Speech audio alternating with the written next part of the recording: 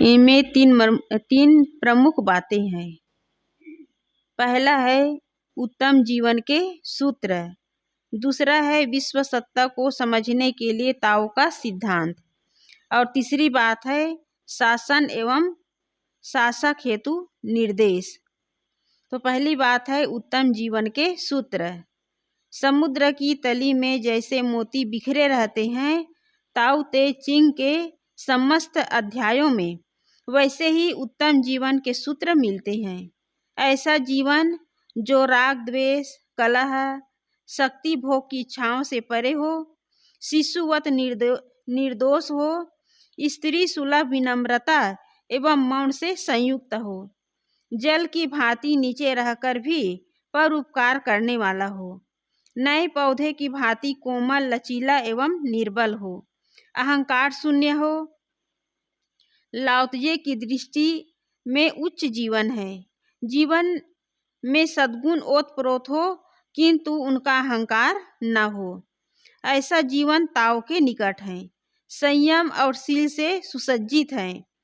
ताओ जैसे निर्दोष जीवन को, जो ताओ विश्व सत्ता के नियमानुसार हो, उसको गुप्त जीवन कहते हैं। ऐसा उच्च जीवन जीने वाले विश्व इतिहास में लोग हुए हैं, उनका जीवन एवं उनकी वाणी इसका प्रमाण है। लाओत्जे ने चीन के पुराने संतों के कथनों एवं रहनी को उच्च जीवन के प्रमाण के रूप में अपने ग्रंथ में अनेक स्थलों पर उद्धृत किया है। सन से तात्पर्य गैरिक या सादा वस्त्र धारण करने वाले से नहीं, अपितु जिनके जीवन में निष्कामता, प्रपंच शून्यता एवं अंतर्मुक्ता के लक्षण दिखाई दे।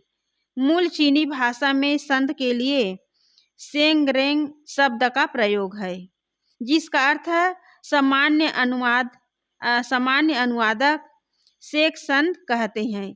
विल्हम ने उसके लिए द मैन ऑफ कॉलिंग पुकार कर कहने वाला मनुष्य प्रयोग किया है। कबीर साहब जी ने भी अपने लिए क्या कहा है, कहीं कबीर पुकार के। सांसारिक ऐश्वर्य यश कीर्ति बल प्रतिष्ठा आगे बढ़ने की चाह उच्च पद आदि अहंकार को जन्म देते हैं, फलतः विनाश होता है। यहाँ बता रहे हैं कि जितने सांसारिक ऐश्वर्य हैं, यश कीर्ति बल प्रतिष्ठा उच्च पद की चाहनाएं आदि के अहंकार जो है विनाश का फल है। जितना बाहरी चीजों का अहंकार होगा उतना ही विनाश होगा। प्रकृति में यह स्पष्ट दिखता है। पौधे जब जीवन में प्रवेश करते हैं तब कैसे होते हैं, कोमल एवं नाजुक होते हैं। जब वे मजबूत और कठोर हो जाते हैं तब उन्हें काट करके गिरा दिया जाता है। मजबूत अकड़ वाला कठोर होना ताओ के नियम के विपरीत है। ताओ का अर्थ क्या है, नियम। तो यहाँ बता रहे हैं कि मजबूत अकड़ वाला और कठोर होना ताओ के नियम के विपरीत है, और ताओ के विपरीत होना विनाश को निमंत्रण देना है। जो नियम के विपरीत होगा उसके लिए बता रहे हैं कि विनाश को निमंत्रण देना। लाओत्जे सरल प्राकृतिक जीवन के पक्षधर हैं। प्रेम संतोष अगुआ न बनने की चाहना वाला जीवन ही आत्मसंतोष दे सकता है। जिसके अंदर प्रेम हो, संतोष हो, अगुआ बनने की चाहना न हो, उसी के जीवन में आत्मसंतोष है। पीछे एवं नीचे रहकर जीवन जिए ताकि कलह न हो। पीछे और नीचे रहकर जीवन जिए ताकि जीवन में कलह न हो। जिस प्रकार नदी तथा जल धाराओं की जल राशि समुद्र में मिलती है क्योंकि समुद्र नीचे होता है, उसी प्रकार शासक यद्यपि शक्तिशाली है परंतु जब वह अपने को दीनहीन तुच्छ मानता है तब वह लोगों का सिरमौर हो जाता है। यहाँ बता रहे हैं कि जो शासक होते हैं, राजा होते हैं, वो शक्तिशाली होते हैं किंतु अपने को कैसा माने, दीनहीन और तुच्छ माने, तभी वह लोगों का सिरमौर हो सकता है। और यदि अपने शक्ति का अहंकार करेंगे तो न वह प्रजा का रक्षक हो सकता है, न वो अच्छा शासक कहला सकता है। शासक को कैसा होना चाहिए? अपनी शक्ति का अहंकारी नहीं होना चाहिए। शक्ति है तो उसका सदुपयोग करे। जो निर्बल है, जो असहाय है, उसको ऊपर उठाने में उसका सहयोग करे। ये नहीं कि राजा शक्तिशाली है तो किसी के ऊपर वार कर दे, किसी के साथ हिंसा का व्यवहार करे। तो यहाँ बता रहे हैं कि अपने को दीनहीन एवं तुच्छ मानने वाला ही लोगों का सिरमौर हो सकता है। दूसरी बात है विश्व सत्ता को समझने के लिए ताओ का सिद्धांत। लाओत्जे ईश्वर को लेकर भावुक नहीं है। किसी ईश्वर ने सृष्टि रची है ऐसा वे नहीं कहते। 2500 वर्ष पूर्व जब चीन में ही नहीं समस्त विश्व सभ्यताओं में दैववाद बहुदेववाद का प्रचलन था, लाओत्जे की वाणी ईश्वरवाद, दैववाद, चमत्कार, अलौकिकता से पूर्णतया मुक्त है। वे वैज्ञानिक अध्यात्म का सूत्रपात करते हैं। वे देखते थे कि व्यक्ति ईश्वर की कल्पना करके लोगों द्वारा उसे भोग मोक्ष मांगा जाता है। अतः ईश्वर पर वे मौन रहकर उनकी उपेक्षा कर दी। उन्होंने कहा एक नियम सत्ता है जो ईश्वर से भी पहले की है और वह सत्ता करुणाशील नहीं है। उसे यज्ञ हवन से संतुष्ट नहीं किया जा सकता। मनुष्य उसके लिए तृण स्वानवत तुच्छ है। इस नित्य सत्ता को वे ताओ नाम देते हैं। ताओ शब्द से चीन के लोग प्राचीन काल से ही परिचित थे। पुराने सम्राटों द्वारा राजकाज चलाने के लिए जो नियम विधान बनाए जाते थे वे ताओ कहे जाते थे। दूसरा अर्थ था आकाश में तारों की गति करने का निर्धारित पथ। लाओत्जे ने इसे एक नए अर्थ में प्रयुक्त किया। उन्होंने इसे विश्व प्रकृति में व्याप्त भौतिक नियम तथा प्राणियों के मन इंद्रियों को संचालित करने वाले मानसिक नियमों का समुच्चय माना। इस प्रकार जिसे विज्ञान में कारण कार्य व्यवस्था और इटर्नल लॉ कहा जाता है, वही लाओत्जे के लिए ताओ है। ताओ में किसी व्यक्तित्व की कल्पना नहीं है। नियम में भला कैसा व्यक्तित्व?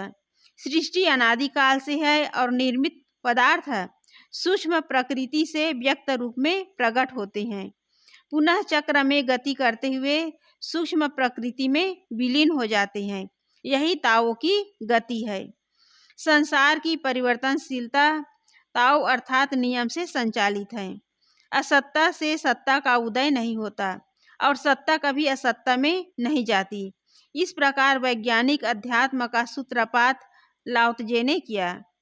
ताओ को ही भारतवर्ष के वेदों में ऋत कहा गया है।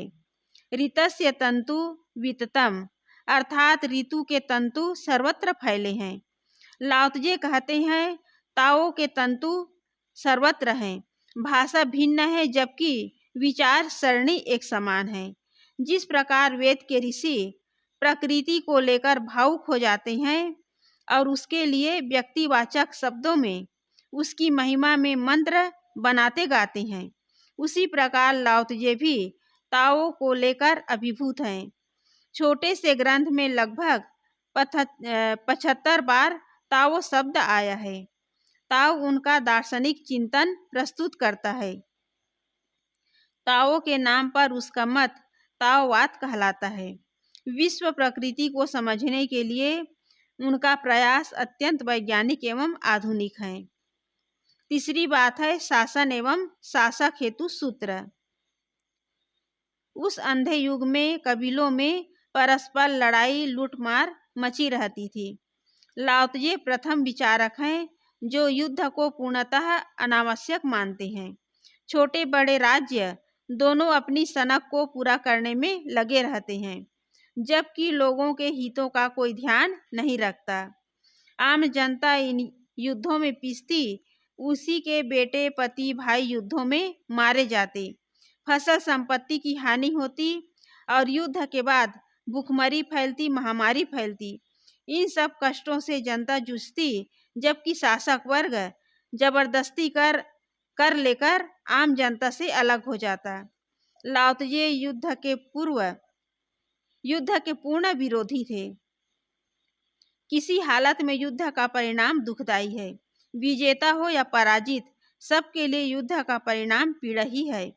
अतः युद्ध को बचाना चाहिए। छोटा राज्य बड़े का संरक्षण स्वीकार कर ले और बड़ा राज्य अपने को बड़ा न मानकर छोटे राज्य को सहयोग करे।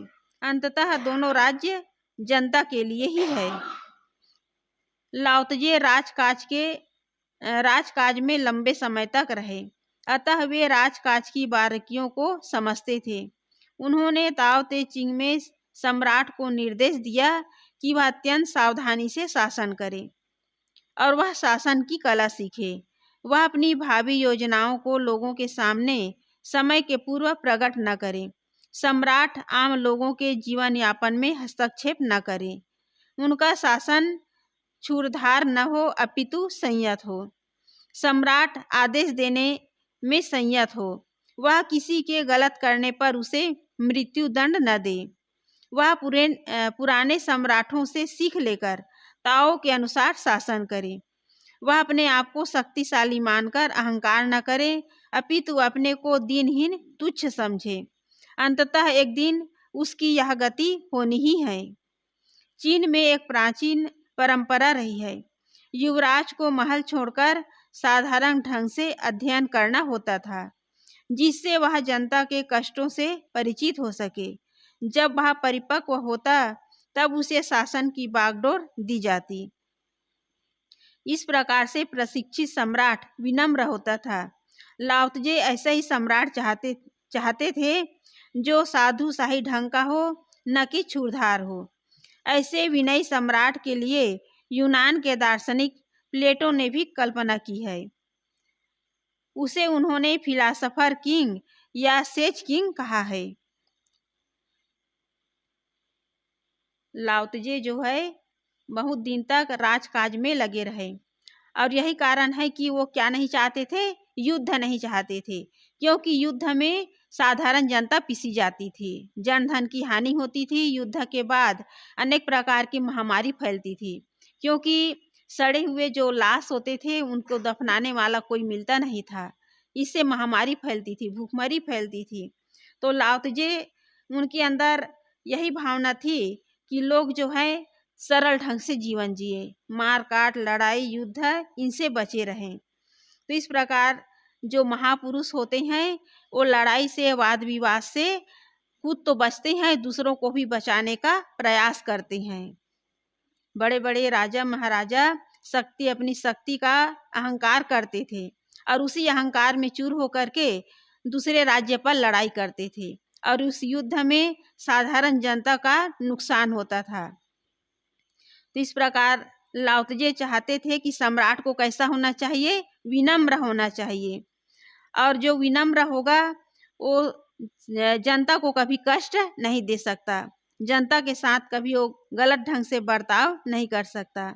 तो इस प्रकार पहले यही परंपरा थी, युवराज को राजमहल छोड़ करके साधारण ढंग से अध्ययन करना होता था, जिससे जनता के कष्ट को वो समझ सके। लेकिन जो युवराज राजमहल में रह करके वहीं अपना जीवन यापन करता है, वहीं उसकी हर चीज़ की व्यवस्था होती है, राजमहल में पढ़ाई लिखाई हर चीज़ की व्यवस्था होती है। तो ऐसे लोग जो हैं जनता के कष्ट को कहाँ समझ पाएंगे।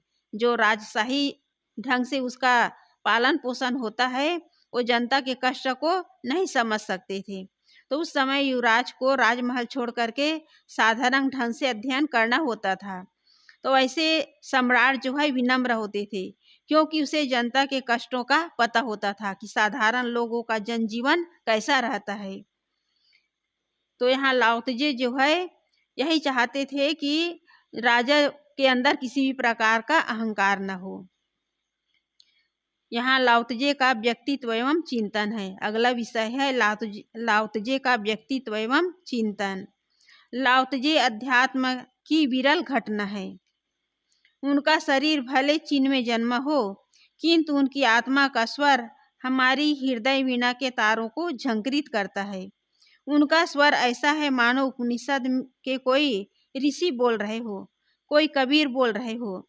लाओत्जे मानव इतिहास के उन चुनिंदा लोगों में से हैं जिन्हें उंगलियों पर गिना जा सकता है, जैसे कपिल, कनाद, महावीर, बुद्ध, सुकरात, कबीर आदि। ये प्रायः एक लाइन के संत एवं चिंतक है। इन सभी की वाणी वैज्ञानिक अध्यात्म प्रस्तुत करती है। ईश्वर के प्रति उदासीनता, कारण कार्य व्यवस्था पर बल, कर्म फल भोग, पुनर्जन्म, स्व में स्थिति, अंदर हृदय में स्वर्ग का वास, ये सब चिंतन के बीज लाओत्जे में स्पष्ट है। लाओत्जे का व्यक्तित्व अंतर्मुखी है, वह भीतर की ओर विकसित होता है। उनकी जड़ें भीतर की ओर फूटती हैं और गहरे जाती हैं। उन्होंने कहा है, जो जानता है वह बोलता नहीं और जो बोलता है वह जानता नहीं। उन्होंने सत्य की ओर मात्र संकेत किया है और साथ ही चेतावनी भी दी है कि सत्य कहा नहीं जा सकता और जो कहा जा सकता है वह सत्य नहीं। उनका वचन उपनिषद के ऋषियों का स्मरण कराता है, जिन्होंने नेति नेति कहकर परम तत्व को बखाना है। आधुनिक यूरोप में विटिंगस्टाइन नाम के समर्थ चिंतक हुए हैं। उनका एक सूत्र है, जो कहा नहीं जा सकता उसे कहना ही मत, चुप रह जाना। इसमें लाओत्जे की ध्वनि प्रतिध्वनि सुनाई पड़ती है। लाओत्जे की वाणी ईश्वरवाद, अवतारवाद, पैगंबरवाद, दैववाद, अलौकिकता एवं चमत्कार से पूर्णतया मुक्त है। उन्होंने इसमें किसी का खंडन नहीं किया, सिर्फ मौन रहे। उनका एक बहुमूल्य वचन है, उत्तम प्रवक्ता को खंडन की आवश्यकता नहीं। कारण कार्य व्यवस्था, जिसे वे ताओ कहते थे, उसको स्थापित किया। मानव सभ्यता के उस आरंभिक दौर में सभी सभ्यताओं में देववाद बहुदेववाद का प्रचलन था। देवताओं का स्वर्ग में वास माना जाता था, जो कि मानवीय गुण चेतना से युक्त थे और प्रेम, दया, करुणा, क्षमा, क्रोध आदि करते थे। मनुष्य जब गलत करता है तब वे उस पर क्रोध कर उसे दंडित करते, किंतु यज्ञ में हवन दक्षिणा पाकर जब पंडित और राजा, जो पृथ्वी पर उनके प्रतिनिधि थे, उन्हें क्षमा कर देते तो उन देवताओं का भी कोप शांत हो जाता। लाओत्जे ने इस चिंतन की नींव हिला दी। उन्होंने कहा कि एक नित्य सत्ता है जो ईश्वर के पहले भी है और मानो वह उसकी पूर्वज हो, और वह नित्य सत्ता करुणाशील नहीं, उसे यज्ञ हवन द्वारा संतुष्ट नहीं किया जा सकता। इस नित्य सत्ता को लाओत्जे ताओ नाम देते हैं। ताओ विश्व सत्ता के नियमों का समुच्चय है, जहाँ कोई क्षमा नहीं है और प्रत्येक कर्म कर्ता के सिर पर वापस लौटता है। प्रत्येक कर्म जो है कर्ता के सिर पर वापस लौटता है। ताओ का कोई व्यक्तित्व नहीं है। इस प्रकार लाओत्जे के वैज्ञानिक अध्यात्म में देवी देवता, ईश्वर या क्षमा की गुंजाइश नहीं है। लाओत्जे अपनी वाणी में स्वर्ग का नाम अनेक बार लेते हैं। उनका स्वर्ग बाहर ऊपर आकाश में नहीं, वह भीतर है। मन की कलह शून्यता ही स्वर्ग है। स्वर्ग क्या है? मन की कलह शून्यता, यही स्वर्ग है। वे कहते हैं कि वह जीवन जिसमें कलह नहीं, यही है जीवन की वह ऊंचाई जो स्वर्ग का स्पर्श करती है। कलह किस लिए होता है? अपने स्वार्थों की बढ़ोतरी के लिए। संत जगत से मिली हुई गाली और निंदा को निर्विकार भाव से स्वीकार कर लेते हैं। वे अपने को पीछे और नीचे रखते हैं, अतः उनके जीवन में कलह नहीं। लाओत्जे का स्वयं का जीवन इसका प्रमाण है। झगड़ा किस लिए होता है? लड़ाई किसके लिए होती है? स्वार्थ के कारण। स्वार्थ के कारण लोग जो है आपस में लड़ते हैं, आपस में कलह करते हैं। लेकिन यहाँ संत लाओत्जे जी बता रहे हैं कि संत जो है जगत से मिली हुई गाली और निंदा को भी निर्विकार भाव से स्वीकार लेते हैं और वे अपने को पीछे और नीचे रखते हैं। यही है संतत्व। अतः उनके जीवन में कलह कहाँ से होगा? जो निंदा और गाली को, अपमान और तिरस्कार की भावना को सहज भाव से स्वीकार कर ले और सबसे पीछे और नीचे अपने आप को रख लिए, तो जीवन में कोई कलह नहीं है। और यही है लाओत्जे के जीवन का प्रत्यक्ष प्रमाण। लाओत्जे आत्मवादी थे। उन्होंने सेल्फ अर्थात स्व का प्रयोग आत्मा के लिए किया। अपने अकेलेपन के बोध में स्थित रहना नहीं, स्व में स्थित होना है। उनका वचन है, जो आत्म संतुष्ट है वह लज्जित नहीं होता। और वह सदैव के लिए सुरक्षित हो जाता है। संत अपने मान सम्मान के प्रति लापरवाह होते हैं और उनका स्व बढ़ता है। वे अपने अहंकार को खो देते हैं और उनका जो स्व है सुरक्षित रहता है, क्योंकि वे अपने लिए कुछ चाहते नहीं, वे स्वयं में पूर्ण होते हैं।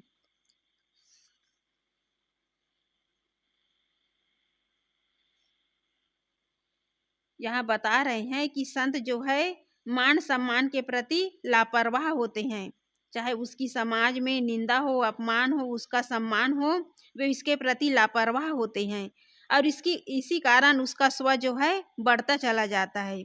वो अपनी आत्मा में स्थित होने का काम करते चले जाते हैं, सारे अहंकार को खो देते हैं। जो असली संत होते हैं, जो अपने मान अपमान से ऊपर उठ जाते हैं, उसे किसी भी प्रकार का अहंकार नहीं होता और वे अपने स्व को सुरक्षित रखते हैं। वो अपने लिए कुछ नहीं चाहते, वो स्वयं में अपने आप में पूर्ण होते हैं। विल्हम ने अपनी भूमिका में लिखा है कि लाओत्जे के सेल्फ को कोई अहम न समझ ले। स्व में स्थित होने के लिए सर्वाधिक महत्वपूर्ण है हृदय का विचारों से पूर्णतया खाली होना, तभी सत्य जानने में आएगा। लाओत्जे सर्वत्र खाली हृदय को ज्ञान और कर्म की उपर्युक्त भूमि बताते हैं। वे कहते हैं कि ब्रह्म बाह्य ज्ञान क्षणिक है, वह बदलता रहता है। अपने आप का ज्ञान अक्षुण्ण है, जब उसमें मिलावट न हो। अपनी स्थिति तक पहुंचने के लिए बाह्य ज्ञान पर्याप्त नहीं है। जब सारे दृश्य समाप्त हो जाते हैं, तभी वह सत्य जो कि छिपा हुआ है शाश्वत व श्रेष्ठ है, सभी इंद्रिय ज्ञान से परे हैं, शुद्ध तथा स्पष्ट रूप से उजागर होता है। इसके लिए शिशुवत निर्दोषता चाहिए, उस शिशु की भांति जो अभी इच्छाओं के लिए भंवर जाल में फंसा नहीं है। तब स्थिति स्वयं स्पष्ट होती है और वह शाश्वत जीवन को जानने की स्थिति में आता है और उसे जानकर मृत्यु से पार हो जाता है। यहाँ सत्य को प्राप्त करने के लिए क्या बताए हैं कि जो साधक होते हैं उसे कैसा होना चाहिए, शिशुवत होना चाहिए। शिशु जो है निर्दोष होता है, उसके अंदर किसी भी प्रकार के विकार नहीं होते। वो लड़ लेते हैं, झगड़ लेते हैं, लेकिन कुछ मिनट में वो मिल भी जाते हैं, क्योंकि उसके अंदर कोई गांठ नहीं होती। तो जो सच्चे साधक होते हैं उनका मन कैसा होना चाहिए, शिशुवत निर्दोष होना चाहिए। किसी भी प्रकार की उसके मन में गांठें नहीं होनी चाहिए, तभी वह अपने स्थिति में वो पहुंच सकता है। और यहाँ बता रहे हैं कि ऐसे ही साधक जो है मृत्यु से पार हो जाता है, वो मरता नहीं है, वो अपने अमरत्व को प्राप्त कर लेता है। इसके लिए साधक को कैसा होना चाहिए, बिल्कुल बालक जैसा कोमल, विनम्र, निर्दोष होना चाहिए। उसके मन में किसी भी प्रकार के विकार नहीं होना चाहिए। लाओत्जे पदार्थ पार दृष्टि वाले हैं, वे शाश्वत जीवन को देखते हैं। संभवतः इसी कारण लाओत्जे के कट्टर विरोधी भी यह स्वीकार करने को बाध्य हैं कि यद्यपि संत कुएं की तली में रहते हैं और जगत को नहीं देखते, अर्थात अंतर्मुखी स्वभाव के हैं और बाहर की गतिविधि से उदास रहते हैं, तथापि वे जो देखते हैं उसका खंडन नहीं हो सकता। लाओत्जे ने कहा है, जो मर कर के भी नहीं मरता वह चिरंजीवी है। इस पर जेम्स लेगी ने टिप्पणी की है कि मानव शरीर कीड़े का खोल या सर्प की केचुली की तरह है, जिसे हम बहुत थोड़े समय के लिए धारण करते हैं। निसंदेह लाओत्जे जीव के लिए वर्तमान जीवन के बाद दूसरा जीवन पर विश्वास करते हैं। लाओत्जे इतिहास के उन लोगों में से हैं जिनका कोई साथी न हो पाया।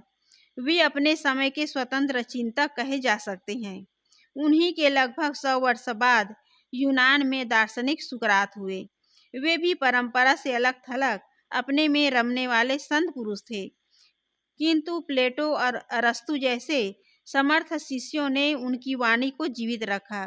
दुर्भाग्य से लाओत्जे के साथ ऐसा न हो सका। एक विचारक के अनुसार लाओत्जे ऐसे सुकरात थे जिन्होंने उनका प्लेटो तथा अरस्तु से न मिल सका उनकी बोई फसल को काट सके। जहां अन्य लोग अपनी उपलब्धियों को लेकर गर्व से इतराते फिरे, वही लाओ तुझे मौन रहकर अपना कार्य करते रहे और लोगों को अपना महत्व दिखाने या अपनी बात समझाने के फेर में भी नहीं पड़े। अपने समकालीन विचारक कन्फ्यूशियस की तरह उन्होंने कोई पंथ स्थापित नहीं किया, न उन्होंने उनकी आवश्यकता ही समझी।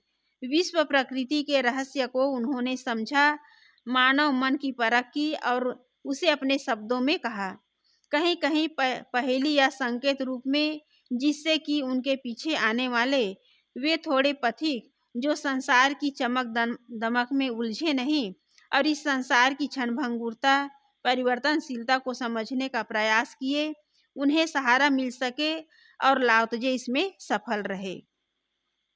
लाओ तुझे भावुक न थे, संसार के लोगों को वे समझा लेंगे, इस भावुकता में वे कभी नहीं पड़े।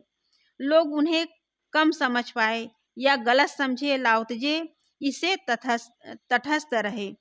रिचर्ड विल्हम ने उचित ही लिखा है कि कन्फ्यूशियस की तरह लाओ तुझे को स्वयं के न समझ जाने की समस्या से जूझना पड़ा। दोनों ही संत जिस ढंग से इस तथ्य से निपटते हैं, संभवतः वही उनकी सबसे बड़ी विशिष्टता है। लोगों द्वारा उसे न समझा जाना कन्फ्यूशियस के लिए सर्वाधिक पीड़ाजनक था और वे संभवतः इससे कभी उबर न सके। उनका दृढ़ विश्वास था कि उसके पास समाज की सहायता करने के लिए साधन है, फिर भी लोग उनका उपयोग करने के लिए तैयार नहीं हैं, जबकि लाओ तुझे इस समस्या को नगण्य मानते थे। अपने स्वाभिमान एवं संप्रभुता में रहकर वे इसे तुच्छ मानते थे। वे इस ज्ञान में सुदृढ़ थे कि उनको न समझा जाना अथवा गलत समझ जाना, इसका कारण है उसकी शिक्षाओं को न समझना।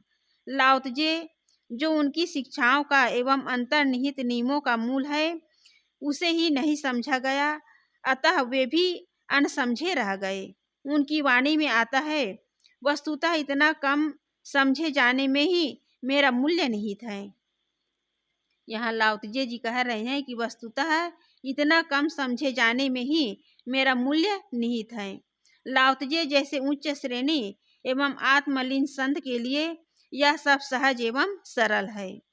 तो लाओ तुझे यह नहीं चाहते थे कि लोग मुझे समझ पाए, और अन्य संत जो होते हैं वो यही चक्कर में रहते हैं कि लोग हमें जाने, हमारी प्रतिष्ठा हो, लोग हमारा सम्मान करें, लोग हमारी भावनाओं को समझे, हमारे पुस्तक को समझे और उससे कुछ आदर्श ले। लेकिन जो लाओ तुझे थे वो इस विचारधारा से अलग थे। वो नहीं चाहते थे कि लोग मुझे समझे और लोग जो है मुझे समझ करके मेरी जो सम्मान है, मेरी जो प्रभुता है उसे बढ़ावे। इस चक्कर में लाओ तुझे जी नहीं पड़े। वे केवल अपने आप को समझने में ही अपने जीवन को ही लगाए। तो इस तरह लाओ तुझे के अंदर एक भावुकता नहीं थी। लाओ तुझे अखंड आत्मनिष्ठ थे। वे अपनी ओर से एकदम निश्चिंत थे। अगर वे अपनी ओर से इतना निश्चिंत न होते तो वे इतना तीव्र व्यंग कैसे करते।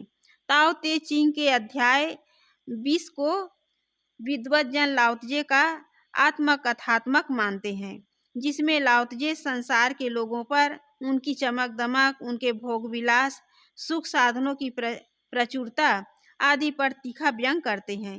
दूसरी ओर अपने लिए उन्होंने नवजात शिशु की भांति, जिसके अभी मुस्कान भी नहीं उभरी, मूड अव्यवस्थित, अत्यंत उदास, गंदला, लहरों की तरह भटकता हुआ आश्रयहीन, अशांत, व्यर्थ, भिखारी आदि विशेषणों का प्रयोग किया है। फिर भी उन्होंने अपने जीवन को श्रेष्ठतर एवं उत्तम माना है, क्योंकि वे ताओ के निकट थे। कबीर साहब ने भी अपने पर व्यंग किया है, कहें कबीर सब खलक सयाना, इनमें हम ही अनारी। दुनिया के लोग बहुत सयाने हैं, ज्ञानी हैं, इनमें हम ही अनाड़ी हैं। तो इस प्रकार जो संत होते हैं वे कभी नहीं चाहते कि अपनी मुख से अपनी प्रशंसा करें। तो सदगुरु कबीर साहब जी यही कहे हैं कि इनमें हम ही अनाड़ी, अर्थात हम ही अनाड़ी हैं, संसार के सारे लोग बुद्धिमान हैं, ज्ञानी हैं। और यही लाओ तुझे का भी यही सिद्धांत था कि हम ही अज्ञानी हैं और संसार के लोग जो हैं बुद्धिमान हैं। तो इस तरह जो संत होते हैं अपने आप को श्रेष्ठ, अपने आप को उत्तम नहीं मानते, वे अपने आप को हमेशा नीचे और पीछे रखते हैं। तो इस प्रकार जो महापुरुष होते हैं वे अपने आप को एकदम विनम्र एवं कोमल रखते हैं।